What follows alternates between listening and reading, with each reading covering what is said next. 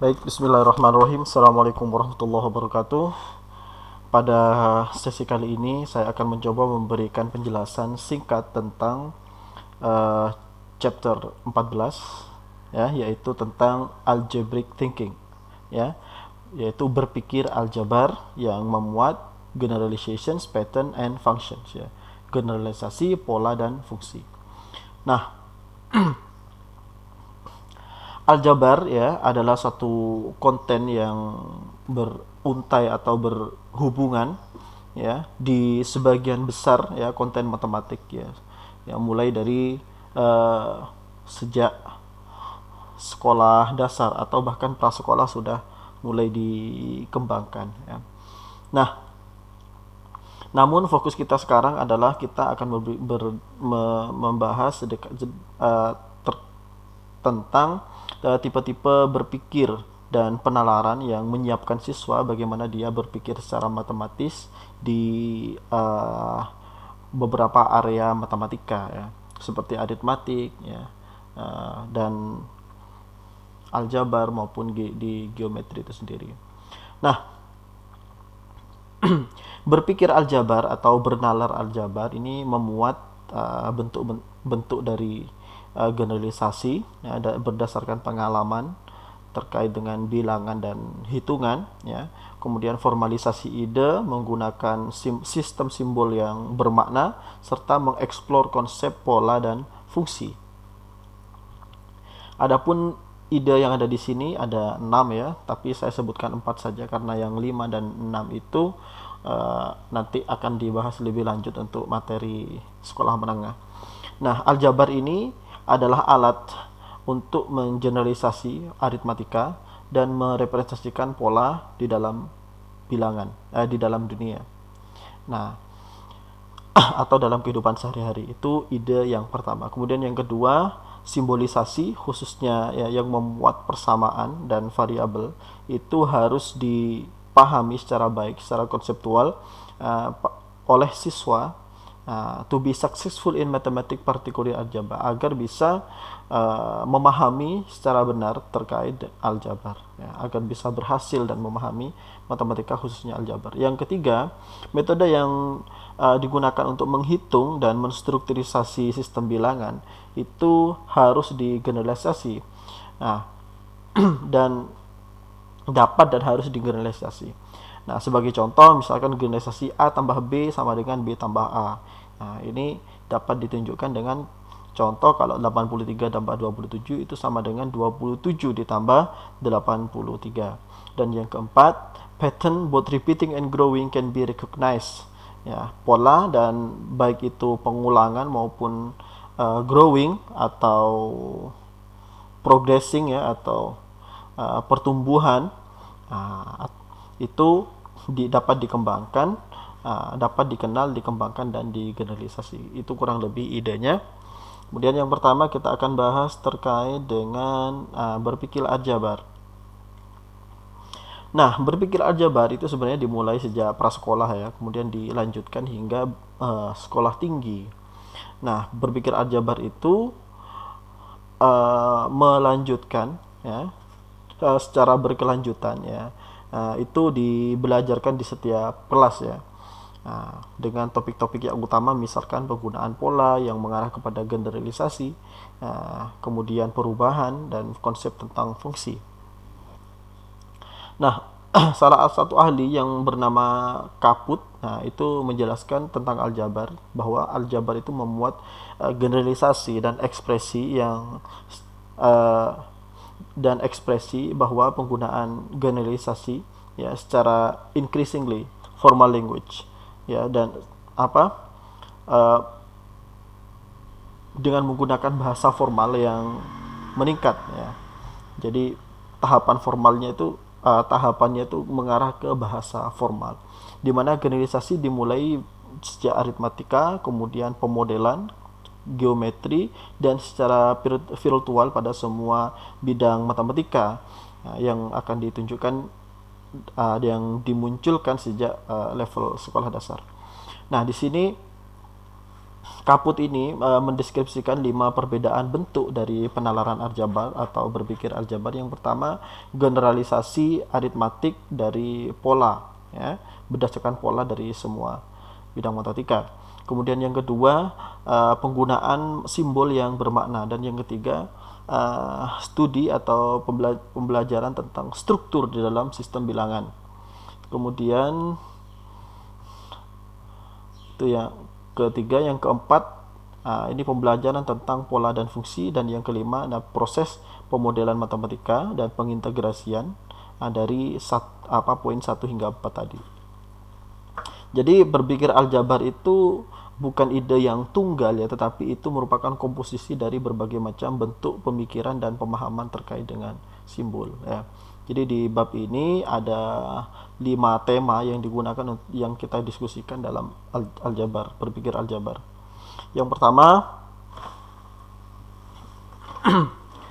generalisasi dari aritmatika ke pola ya. Nah, pembahasannya generalisasi dengan penjumlahan ya, generalisasi pada penjumlahan.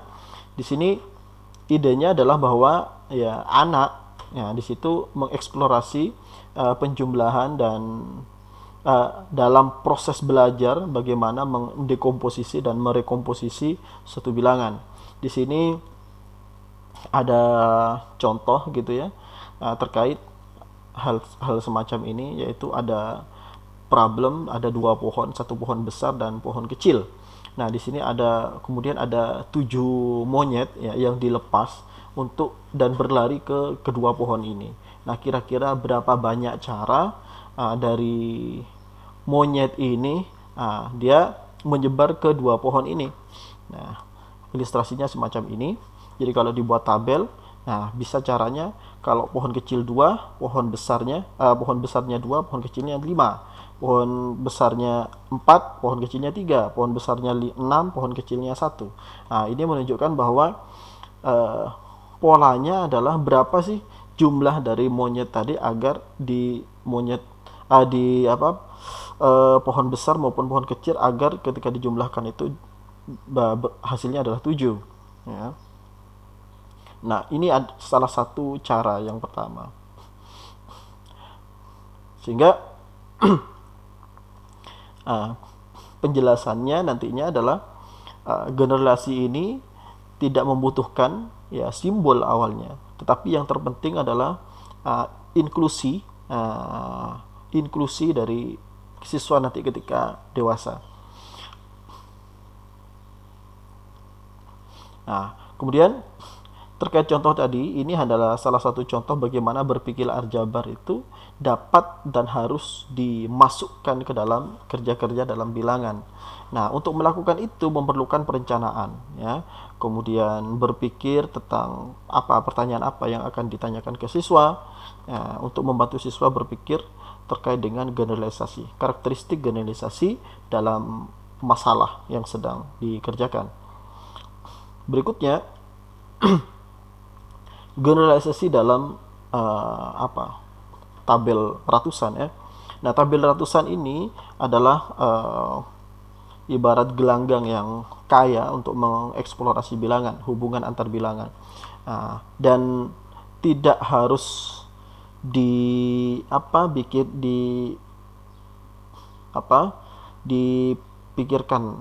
tidak harus hanya dipikirkan ya hanya sebagai alat dalam mengajar. Nah, tapi juga untuk mengeksplorasi kemampuan siswa dalam menemukan hubungan antar bilangan. Nah, contohnya adalah kita perhatikan di sini chartnya semacam begini. Jadi kita bisa melingkari beberapa bilangan di sini ya. Nah, dan kita bisa menemukan kira-kira hubungannya apa di antara bilangan itu. Misalkan contoh di sini 4, 8, 12. Nah, ternyata bilangan ini bertambah 4 begitu. 4 tambah 4, 8, 8 tambah 4 dan seterusnya. Nah, dengan pola semacam ini. Kemudian bisa juga seperti ini, 3, 6, 9. Nah, ini 3, 3, 3. Ya. 12, 15 juga semacam itu dan sebagainya. Ini salah satu beberapa contoh dari 100 chart tadi itu. Nah, beberapa pertanyaan yang bisa ditanyakan adalah misalkan contoh, which numbers make diagonal patterns. Nah, bilangan yang mana saja yang dapat membuat pola diagonal misalkan, dan sebagainya, dan itu bisa Anda explore sendiri. Nah, kemudian berikutnya terkait dengan generalisasi melalui eksplorasi pola. Nah, salah satu yang paling menarik dan mungkin paling bernilai ya, metode yang paling menarik dan paling bernilai dalam mencari generalisasi adalah untuk mencari growing physical pattern, yaitu pola fisik ya, pertumbuhan pola fisik. Nah, ini menggunakan semacam ini, ada contoh masalah yang bisa kita gunakan. Jadi berapa banyak cara ya yang bisa kamu temukan dalam menghitung banyaknya ubin yang berwarna kuning ya, banyaknya ubin yang berwarna kuning. Nah, jika diketahui banyaknya ubin yang berwarna biru itu adalah sebanyak 64 ya, di sini 88. Jadi dengan masalah ini siswa bisa mengeksplorasi ya, misalkan dengan cara bagaimana cara dapatnya 10 10 10 tambah 10 tambah 8 tambah 8. Nah, dari sini kita bisa lihat segini 10, segini 10, dan segini 8 itu adalah 36. Kemudian bisa juga dengan 4 kali 9 ya, 4 kali 9. Bagaimana 4 kali 9 ya, di sini 9, sini 9, kemudian sini lagi 9, sini 9, jadi 4 kali 36. Jadi ada beberapa macam cara yang bisa dieksplor. Nah, satu ide yang penting dalam generalisasi adalah mengenal situasi baru di mana itu dapat dapat menerapkan dan mengadaptasi secara tepat begitu ya. Nah, berikutnya tentang meaningful use of symbol atau penggunaan simbol yang berarti ya. Nah, mungkin salah satu alasan yang bagi siswa yang tidak berhasil dalam aljabar itu adalah bahwa mereka tidak mempunyai pemahaman yang kuat terkait dengan simbol yang mereka gunakan. Jadi banyak juga siswa-siswa yang sudah besar di sekolah menengah itu kata aljabar. Nah, ini mereka hanya mengingat terkait dengan penyederhanaan persamaan yang panjang dan menemukan nilai dari suatu X begitu ya yang mereka ikat, padahal tidak hanya itu. Nah, dalam kenyataannya simbol yang merepresentasikan kejadian-kejadian nyata atau dalam kehidupan sehari-hari dan harus dipandang sebagai alat yang berguna dalam memecahkan masalah penting. Nah, siswa tidak dapat membuat tidak dapat menjadi masuk akal terkait dengan pertanyaan-pertanyaan tanpa pembelajaran ya. Artinya siswa ini tidak akan memahami masalah-masalah aljabar ya tanpa dia menerima pembelajaran yang bermakna dari dua hal. Nah, yang pertama yaitu simbol sama dengan. Yang kedua adalah tentang variabel. Jadi tanpa memahami dua hal dengan baik, siswa tidak akan bisa mengerti aljabar dengan baik. Saya jelaskan. Nah, yang pertama sekarang adalah makna dari sama dengan. Tanda sama dengan adalah salah satu simbol yang penting dalam aritmatika dasar ya, dalam aljabar dan semua bidang matematika, termasuk juga operasi. Ini ada contoh misalkan. Nah, 8 tambah 4 itu sama dengan kotak ditambah 5. Nah, pertanyaannya bagaimana kamu berpikir siswa di kelas dasar atau di kelas menengah misalkan menjawab pertanyaan ini, 8 tambah 4 sama dengan kotak tambah 5. Nah, di salah satu studi atau satu penelitian ya, lebih dari 10% siswa dari kelas 1 sampai kelas 6 ini menjawabnya dengan angka 7, dengan bilangan 7 ya. Menurut mereka dengan menjawab 7 itu jawabannya benar. Nah, Tapi ada juga yang menjawabnya dengan 12 dan ada juga yang menjawabnya 17 ya. Saya ulangi lagi saya ulangi lagi ya. Di untuk kelas 1 dan kelas 6 ya, tidak lebih dari 10% maksud saya. Tidak lebih dari 100% siswa menjawab dengan benar, yaitu 7. Ya, sebagian besar dari mereka menjawabnya 12 dan 17 ya. Bagaimana siswa bisa menjawab 12 dan 17? Nah, miskonsepsi dari mana salah konsep ini datang? Nah, ternyata jawabannya ini adalah siswa memahami sama dengan itu lebih kepada sama dengan adalah jawabannya adalah apa. Mereka mengartikan sama dengan itu jawabannya adalah apa, dibanding dengan simbol yang mengindikasikan ekuivalen, suatu pernyataan yang setara seperti itu. Nah, mengapa begitu penting bagi siswa secara benar memahami tanda sama dengan? Yang pertama, penting bagi siswa untuk melihat, memahami, dan mensimbolisasi hubungan di antara bilangan. Ya. Kemudian tanda sama dengan ini adalah metode yang prinsip terkait dengan representasi dari hubungan ini. Sebagai contoh, 6 kali 7 itu sama dengan 5 kali 7 tambah 7. Nah, ini bukan hanya suatu strategi fakta tapi juga aplikasi dalam sifat-sifat distributif ya.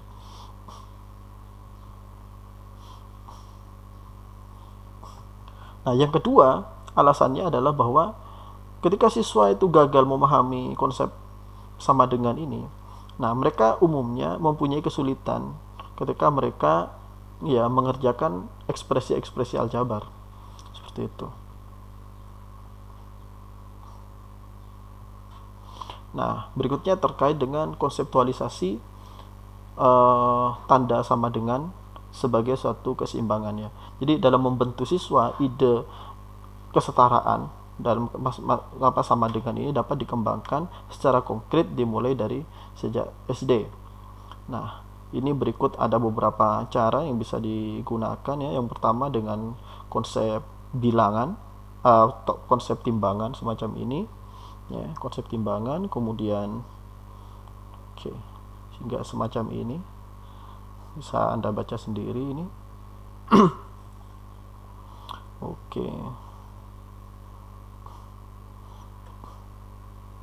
Dan kenapa misalkan ini harus seimbang dengan ini, misalkan 3 kali 4 ditambah 2, mengapa harus seimbang dengan 2 kali 7? Kenapa? Anda bisa eksplor itu ke siswa. Begitu, kemudian Nah, berikutnya adalah true or false and open sentence.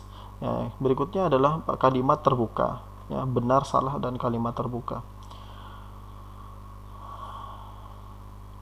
Nah, jadi Carpenter ini dia menyarankan bahwa awal yang baik ya untuk membantu siswa dalam belajar tanda sama dengan, memahami tanda sama dengan adalah mengeksplorasi pertanyaan ya sebagai dalam bentuk salah atau benar. Di sini diberikan contoh, beberapa contoh di sini semacam ini.